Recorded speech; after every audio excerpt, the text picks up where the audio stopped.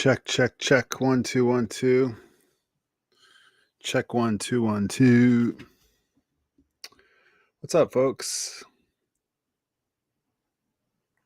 It's your old pal Brian from Tokyo Record Style. I'll be right there. I'm just getting my captions going. There's the chat. Okay.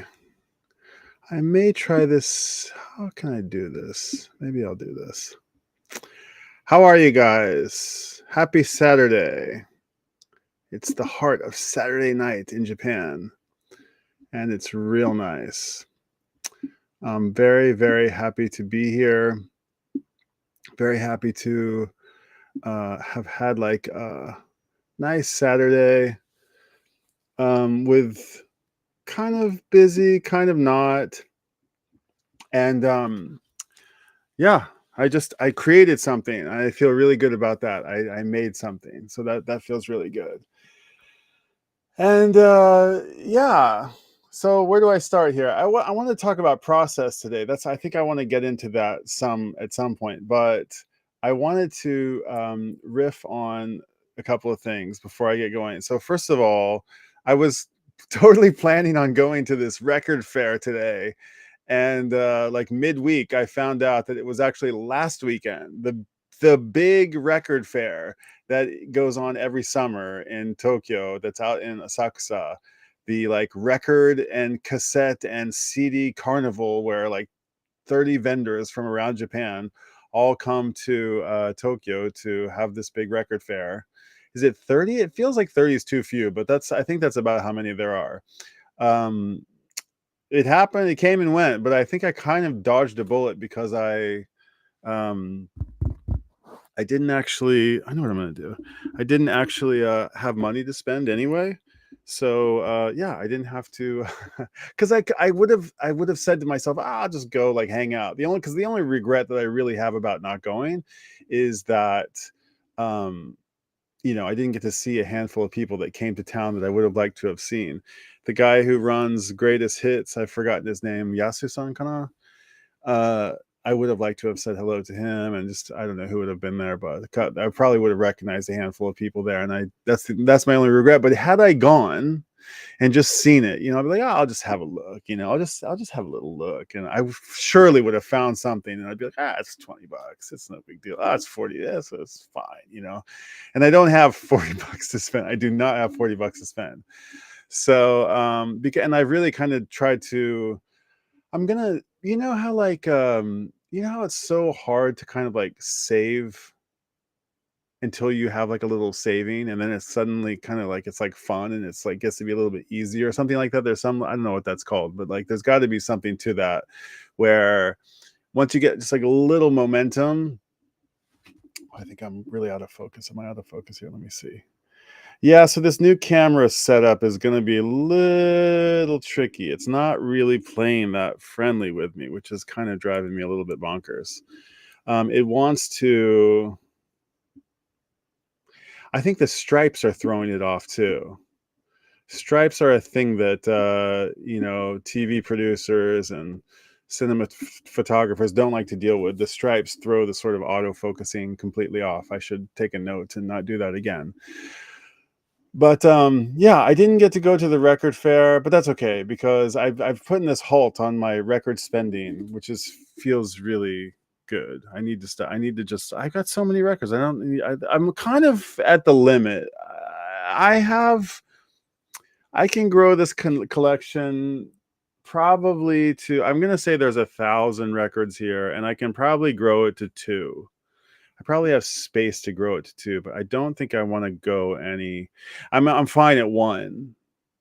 I've had 3. I had 3 at one point, and I can't believe I like left it behind. But I think I tried to calm my nerves down when I remember that it was like mostly junk. But well, I say junk, but it was like, I got so many records when they were just like so cheap, like a lot, like $2, $3, $1. Not, I don't want to say $1 records, but I just bought like, it was so easy to buy a $3 record or a $5 record, and I bought, and like every like even my like some of my best shit I got for like $5, and or less. And but I did get rid of it at one point, thinking, or I did get rid of like 70% of it, thinking that I would like, well, no, not 70%, because it had to have been more than that. It had to have been like, because I kind of walked out of that with about 600 records. So, and it was probably exaggerated. I probably didn't actually have 3,000. It was probably an inflated number. There might have been like, I don't know, but at any rate, I did say goodbye to more than half of them. And I think I got out with like 500. And yeah, so anyway, I don't really want to grow anymore, and I feel guilty, about not listening to the ones that I have. Like, years will go by without me listening to everything that I have, which I don't really like. I won't, I'll buy a record that I won't really remember that I already own. I hate that. And I do my best to keep it all updated on Discogs, but I don't want to have, because like every one that you add, it reduces the value of the rest, right? It's like every one that you add, every other one gets slightly less, perceived value or incidental value or whatever kind of value that is. So in fact, I don't even know if I should. I've never been one to like really sell records, although I did have a little shop for a little while, or a little cubby. But I'm thinking, yeah, maybe it's, I don't know. I'm kind of contemplating it. I'll give you a little funny little bit. So there's this row right here, and then there's a one row above it it's actually even bigger than this row, and this row right here will also fit another one of these. So that's I don't know, 300, 400, 400 records that'll fit right there. Then I have one Kallax here that's completely full. One row of it is completely full. And then the next row could be put towards records, but I'm fine using it for other things now. So, yeah, process. I want to get there. I'm getting to this process. But what happened today? Like, I got up like at the ass crack of dawn and like started cranking away on stuff. And I had this bookstore that I wanted to go shoot today. And the gal who runs the place, really interesting bookstore. And I'm going to share it with you, but I'll give you a sneak peek of it right now. So I'd had hoped that she would agree to have me come in at 11 a.m. today, and I could come in there when it wasn't blazing hot, and I could be like, yo, what's up, and make my little video. I've been kind of communicating with this really cool bookstore for the last few days. And I think I sent her a message like a couple weeks ago, and I said, look, hey, I visited your shop. I spoke to one of your staff. They told me to message you, and I think it's really interesting. Oh my God, I saw some books in there, guys, that I'm going to show them. I'm going to go page by page, and I'm going to show you each page, and you're going to freak out. They're awesome. They're like right up your alley, I promise. And one in particular that I'm really excited to share. But so what she did was it was this beautiful bookstore, and she's got all these shelves, and each shelf is curated by a different person. And this is just one installation that she's got going on right now. This just happens to be the sort of flavor of the season. She's basically recruited 15 people within her community.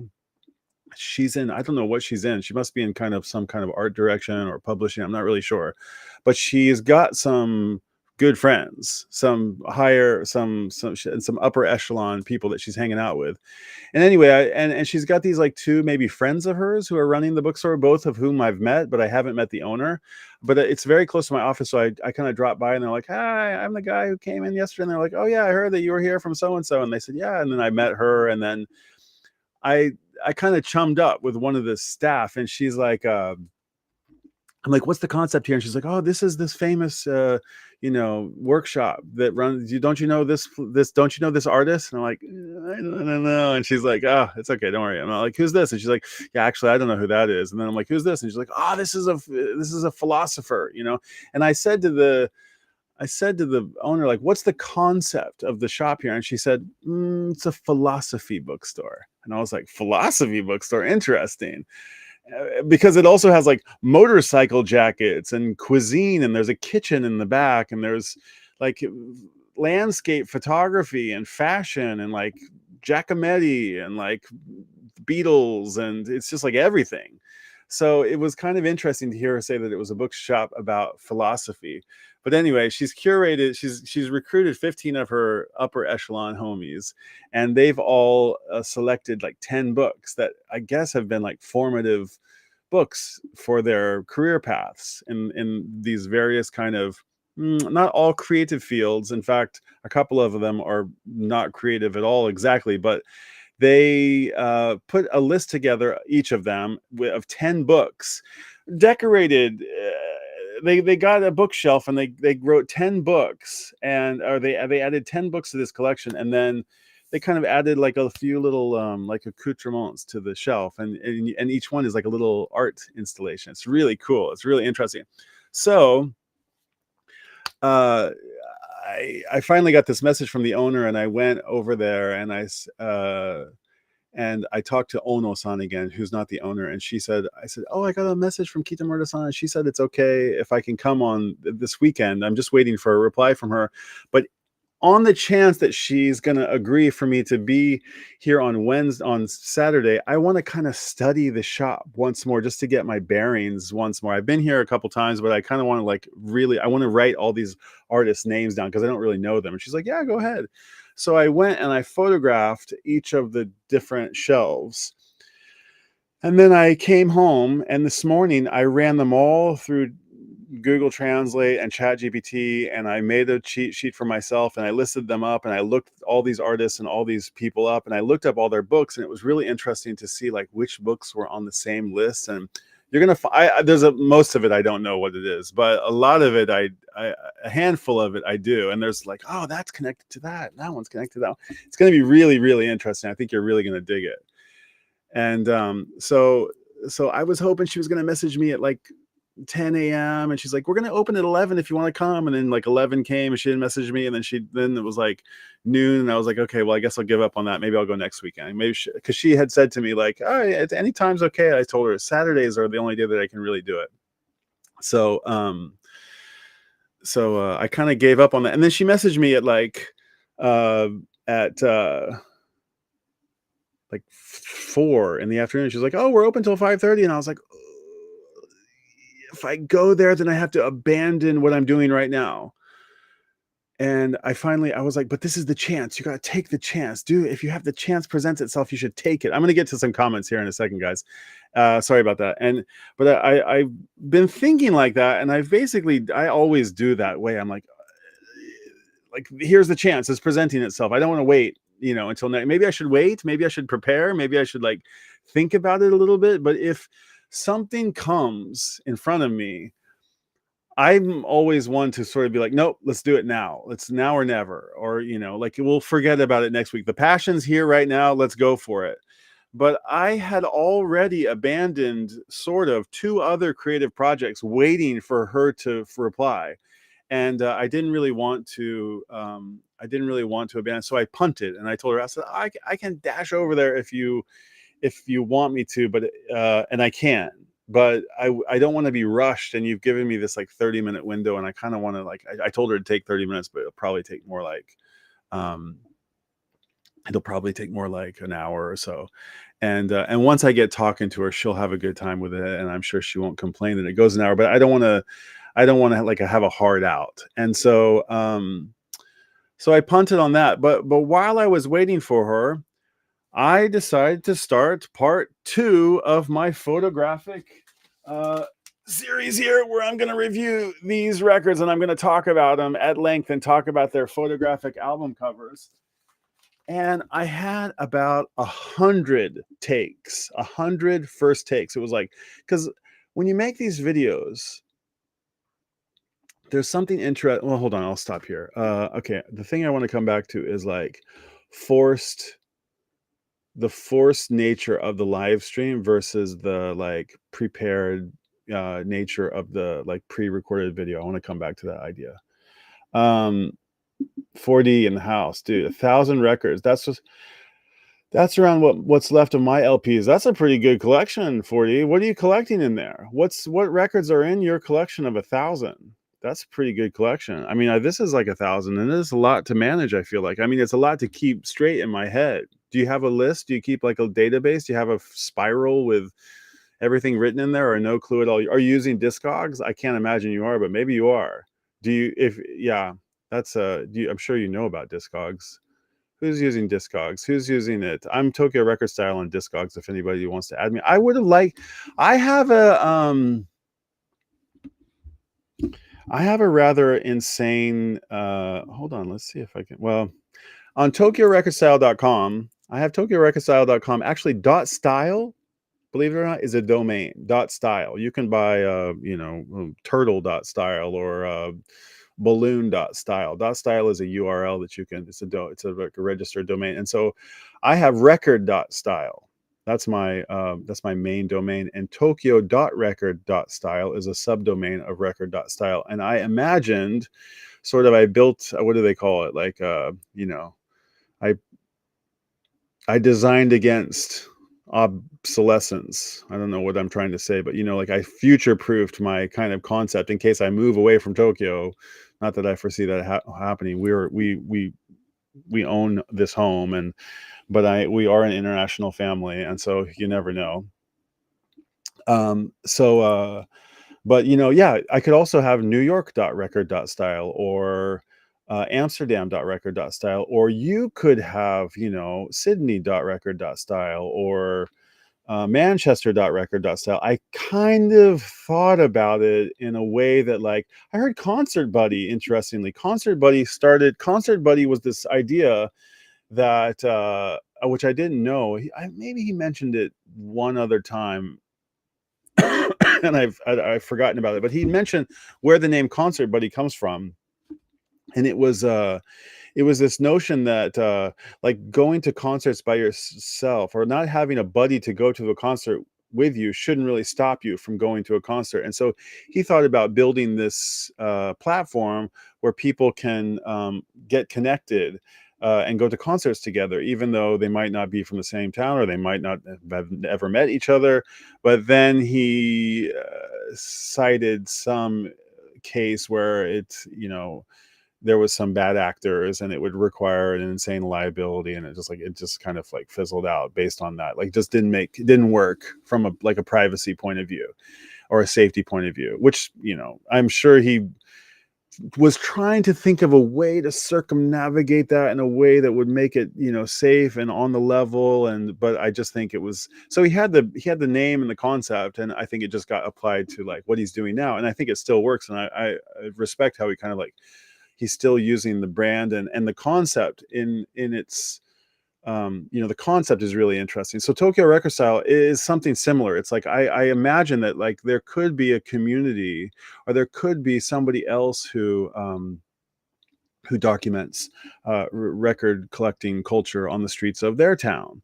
And you could basically take this formula and which I ripped off from myself. Well, sort of. I ripped off because Photo Hoku, this volunteer project that I have, we also did Photo Oklahoma and Photo Sias and Photo One and Photo Oz and Photo Orphan, and we did all the Photo Hope and Photo Peace. There's like 20 different iterations of this project that we've done, and we've basically just stolen from ourselves. But for Tokyo Record Style, not only have I stolen from myself, but I've also stolen from the guy who made Tokyo Camera Style.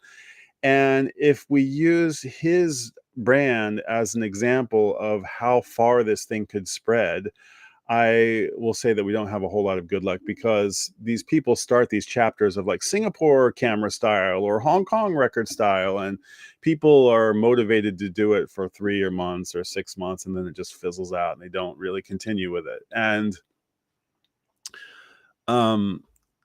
I think my buddy John, who started Tokyo Camera Style, has probably seen a dozen or more of these like chapters, and they've probably all asked for his blessing. And he's not been one to sort of like collate all of the different groups and like make some sort of guidelines for people to follow. Like, he's just not in his way of being. But I kind of I've worked that's the sort of the nature of my professional work. And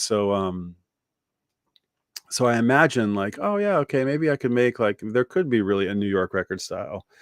But and so what I did was I built a a social media platform on my website. So if you actually go to Tokyo Record, if you go to tokyo.record.style or tokyorecordstyle.com, which also redirects to the same place, you can log in and create a user account, and you can go in and you can add your records, and you can chat with other members, and but like, to get people on another social media platform that's not Instagram or Facebook or LinkedIn, it's just like, impossible. So, but the vision was there. I should probably turn the thing off, because it actually ends up collecting like infinitely more spam than it does actual users. But it's kind of on the back burner. Let me get to some more comments. Yeah, Discogs. I was talking about so I was thinking, like, uh, I mentioned Discogs because it was Michael 45 who was saying that, like, Discogs is no longer working for him. And, like, I don't know, like a year ago, I want to say that, like, there was a lot of like bad press on Discogs. And I think about a year ago, I think they brought in a new guy. And that guy from the Dallas record store, NTX Vinyl, JP or JR, that guy, I don't know if you followed him. He's a pretty interesting character. He got the Discogs guys on an interview, and it was like the CEO of the company, the guy who started it, and I think he started it in the same way that like nugs.net got started, or maybe Napster got started. Or Facebook got started. It just was like a thing that people uh they just made it for themselves. They had no intention of it being this big thing, and it's like, and then it became this big thing, and then they brought other people on who, like, know how to run it as a CEO or CO or CFO or whatever. And so they brought the guy from NTX Vinyl brought in the founder of Discogs, and also and who knew it back and forth, who's been running it for 20 years or whatever. And then this like new blood that just came onto the company, who was real ambitious and who's gonna plug all these holes that are in Discogs. And they had this rather long interview, and they were talking about this big vision of the company. And it's, at the time, it's kind of seemed like, I think these guys are like, they're trying to point a sinking ship in the right direction a little bit. I don't think Discogs is necessarily a sinking ship, but it had a little bit of a, like, it has this social component to it, right? Like, you can get connected, you can connect your Discogs account to another Discogs account, but nobody uses it. And so why is that? People should be using that. That would be a perfect platform for people to be utilizing, but nobody is. It's just became a marketplace and nothing more. And their like newsletters are kind of pathetic, and they're not cultivating any kind of community. And maybe rightly so. Maybe there's no reason to. But I don't think they're really putting any effort into it. So I was thinking that that's kind of a blue ocean. Like, which is to say, there's like not a lot of competition out there besides YouTube and the vinyl community. I think YouTube and vinyl community is like definitely the most, I think, the most sort of active, cultivated place where music lovers are coming to. I don't know. There might be lots of places that I'm not so like completely tapped in. Anyway,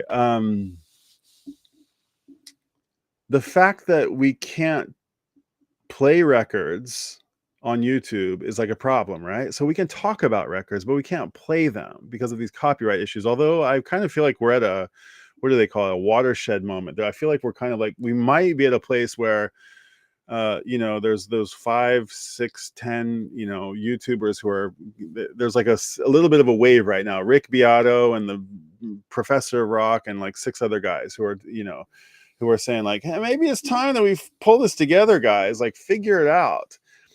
And so maybe they will figure it out. I know that Mixcloud figured it out. They just collected a fee. So all of these fees that maybe YouTube is paying us, I'm not sure, but like, just redirect some of those fees. Like, if the fucking record labels are so stingy, then at least let us pay for it if we want to. Let us let us pay the pennies if that's what you're paying them. Anyway, if it's, what I'm saying. So at any rate, hold on, I lost my train of thought there. So yeah, so what I think Michael 45 was saying is that, like, because we can't play records, but we can talk about them. And the thing that I think a lot of people want to talk about, not everybody, but some people want to talk about are the shootouts, right? They want to compare the new MoFi, Rhino, blah blah blah, whatever, mobile, this or that, Vinyl Me Please, and all of these different acoustic sound lab new high fidelity pressings against the OGs. And so they get on Discogs to go buy an OG, and they find one in, halfway across the world, in Germany if you're in America, or in Japan if you're in Germany. And they order this thing, they pay $60 to get it to their place, and they'll make it up in the end if they have enough followers and so on, because it'll pay for itself if they get enough views on the video. But if they get the damn package and it's not the right listing, which I think it almost, I'm not sure, but I'm guessing that it's probably 50-50. Then, oh, did you call? What's up? Hold on a second, guys.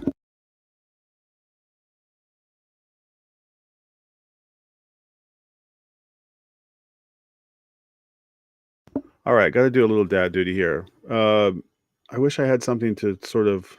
Does somebody want to come up and entertain? Uh, Hold on, I got to be back. Give me a couple minutes.